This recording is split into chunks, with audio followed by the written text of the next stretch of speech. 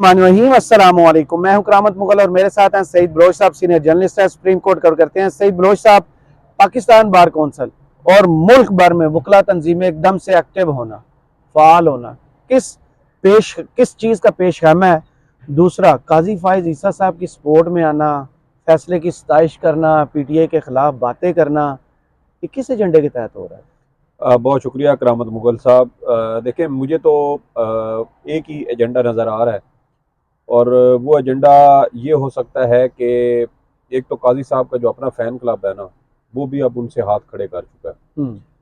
कोई एक दो ऐसे ढीठ लोग आपको शायद नज़र आ जाएं जो अभी भी उनके हामी हों, और वो भी पॉलिटिकली मोटिवेटेड होंगे, इस वजह से शायद उनके साथ खड़े हों। वरना जितने भी जेन्युइन कोर्ट रिपोर्टर हैं जो सुप्रीम कोर्ट कवर करते हैं, वो काजी साहब के इन इक़दामात का कहीं किसी भी जगह आपको दिफा करते हुए नहीं मिलेगा। और जो सीनियर कोर्ट रिपोर्टर हैं, आप देखें ना, जिस दिन फैसला आया उस दिन मतीउल्लाह जान साहब ने, हसनात मलिक साहब ने एक व्लॉग किया था इकट्ठे, खुलकर उन्होंने तनकीद की। उससे अगले रोज़ मतीउल्लाह जान साहब ने एक कॉलम लिख दिया काजी साहब के ऊपर। तो इस तरह हर वो शख्स जो कहीं ना कहीं किसी न किसी तरह अगर काजी साहब की जो उनका मौक़िफ़ था उसके साथ अगर वो खड़े भी थे, तो उन्होंने भी अब अपने हाथ खड़े कर दिए।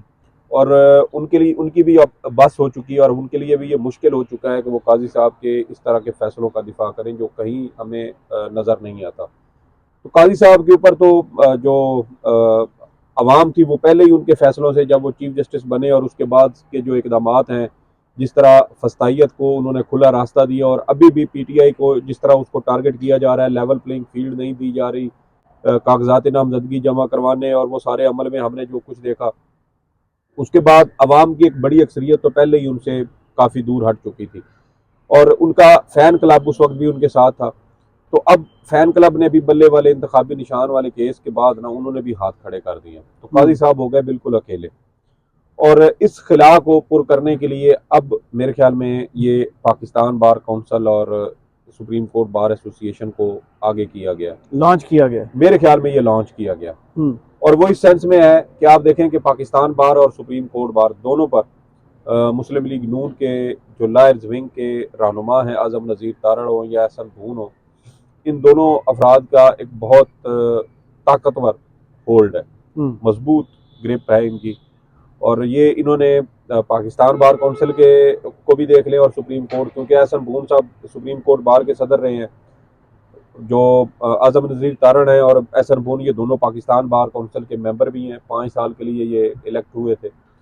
तो इस तरह पाकिस्तान बार में भी और सुप्रीम कोर्ट बार एसोसिएशन में भी, दूसरी जानिब हमें आसमा जहांगीर ग्रुप भी भारी अक्सरियत, अब मौजूदा सदर सुप्रीम कोर्ट बार या उनके सेक्रेटरी देख लें, काबीना के दीगर बहुत सारे जो अरकान हैं वो आपको आसमा जहांगीर ग्रुप के मिलेंगे।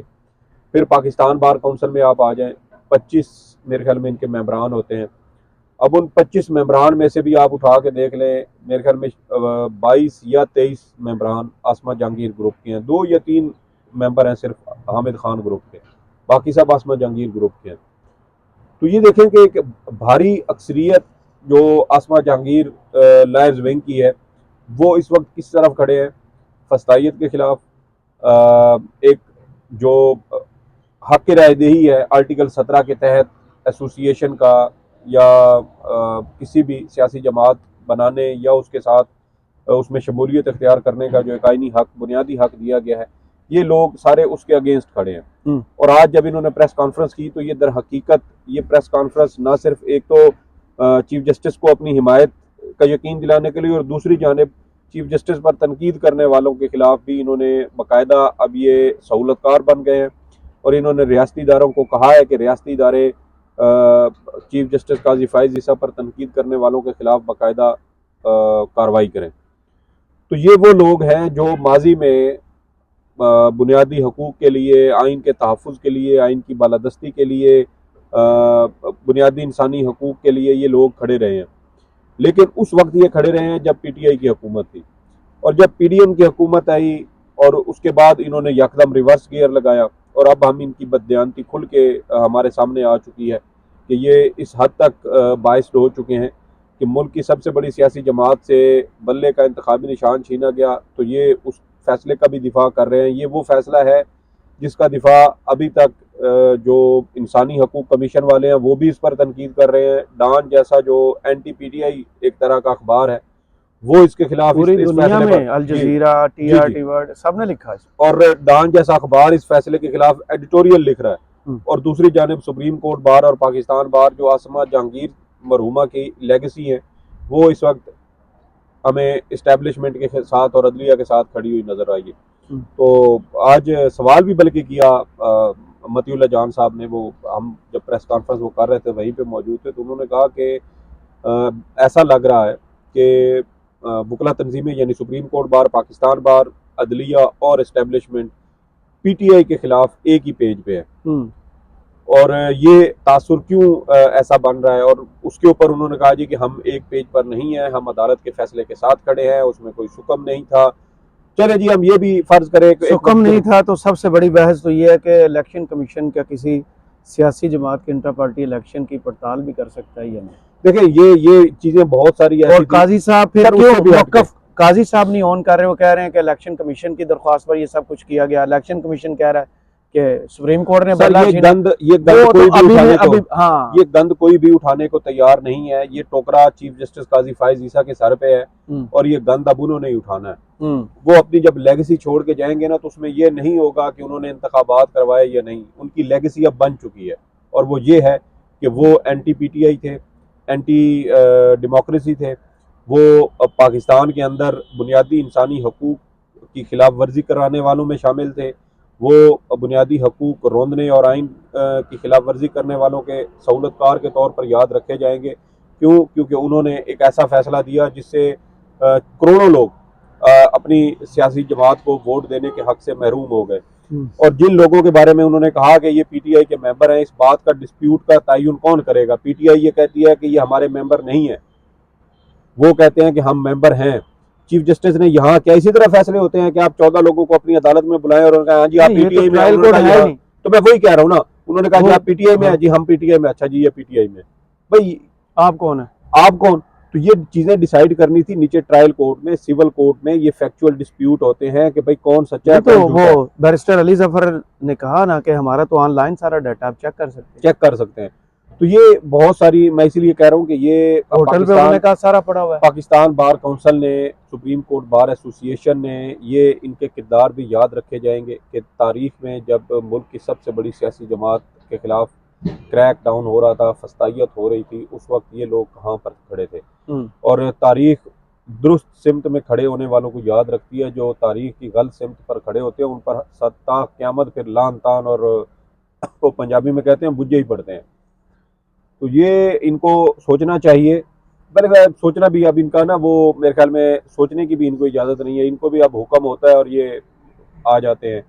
और वाज़े एलिमेंट इसमें जो है वो, हाँ ये आपने जो बात की ना, मेरे ज़हन में भी आ रहा था कि आउट ऑफ नोवेयर जरूरत क्यों पड़ी है इस प्रेस कॉन्फ्रेंस की, इसकी टाइमिंग को देखें, जरूरत क्यों पड़ी? काजी साहब तो खुद नहीं बोल सकते। मैं यही बात आपको कर रहा हूँ, मैं यही बात कर रहा हूँ कि देखें काजी साहब के जो चहते फैन क्लब भी थे ना, उन्होंने भी असल में उनके इस फैसले पर हाथ खड़े कर दिए कि भाई हम नहीं कर सकते इस फैसले। हमारे एक दोस्त हैं जिन्होंने माफी मांगी है लोगों से, जी अदील सरफराज साहब ने, कि मैं सपोर्ट करता रहा हूँ, इस पर मुझे माफ कर। तो बात तो यहाँ तक पहुंच, जी यहाँ तक पहुंच चुकी है कि लोग अब अपने गुनाहों का कफारा अदा करना उन्होंने शुरू कर दिया है। तो अच्छी बात है कि वो लोग जो काजी साहब को आइन और जो क्या जमहूरियत और कानून की बालादस्ती का एक इस्तारा समझते थे, वो अब उनकी आंखें खुल गई और उनको पता चला है कि नहीं, ये काजी साहब तो रॉन्ग नंबर हैं।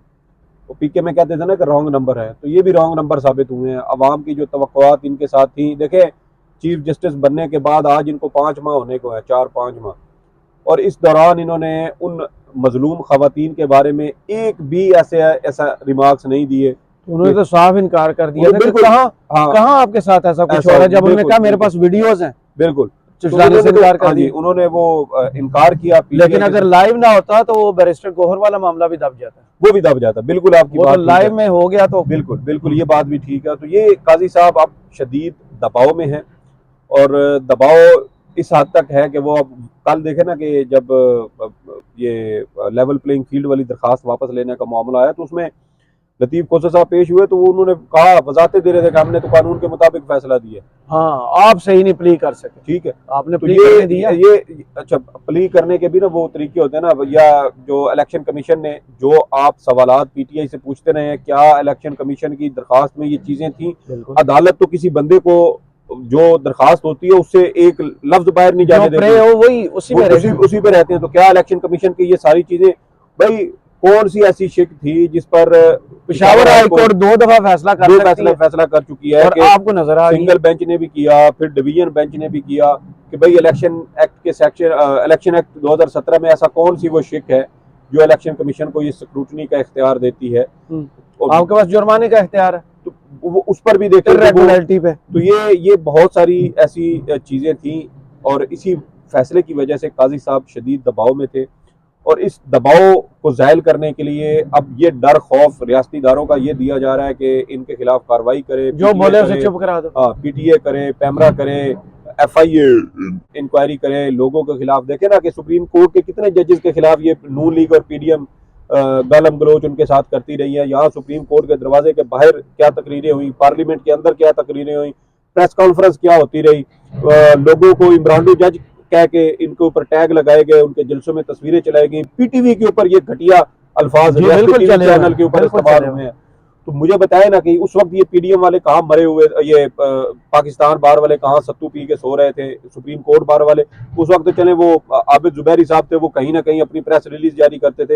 ये सारा ग्रुप कहाँ पे था? ये सारे उनके सहूलतकार थे पीडीएम के, क्योंकि आजम नजीर तारड़ साहब जो है वो वजीर कानून थे, और ये उनके सारे बगल बच्चे बने हुए थे, पैसा उधर से।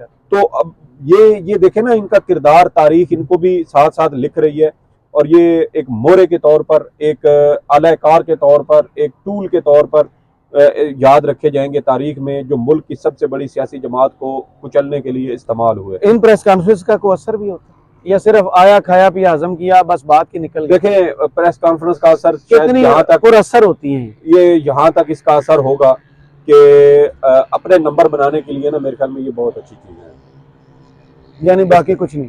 देखिए, बाकी उन्होंने इशारा दे दिया है रियासती इदारों को कि भाईजान जो पीटीआई वाले कोई एहतजाज कर भी रहे हैं ना अदालती फैसलों पर, सोशल मीडिया के ऊपर भी, आप उनको भी रगड़ दें। हम फैसले पर तो लॉ है, वो तो कानून है, वो फैसले पर आप तनकीद कर सकते हैं। उन्होंने कह दिया, साहब ने पिछले दिनों एक लेक्चर दिया था कि हमारे फैसलों से अवाम इत्तेफाक नहीं करती, उनकी मर्जी। तो ये सिर्फ अब इन्होंने इशारा दिया है कि भाई जो कोई अभी भी मजामत कर रहा है आवाज से, अल्फाज से, कलम से, वो तो नहीं खत्म, उन सबको आप जो है ना वो कुचल दें। हम सारे पाकिस्तान को फिर बंद करना पड़ेगा। बहुत शुक्रिया सईद बलोच साहब आपके तजिए का। कमेंट्स बॉक्स में जरूर बताइएगा वीडियो आपको कैसी लगी। इजाजत दीजिए, अल्लाह हाफिज।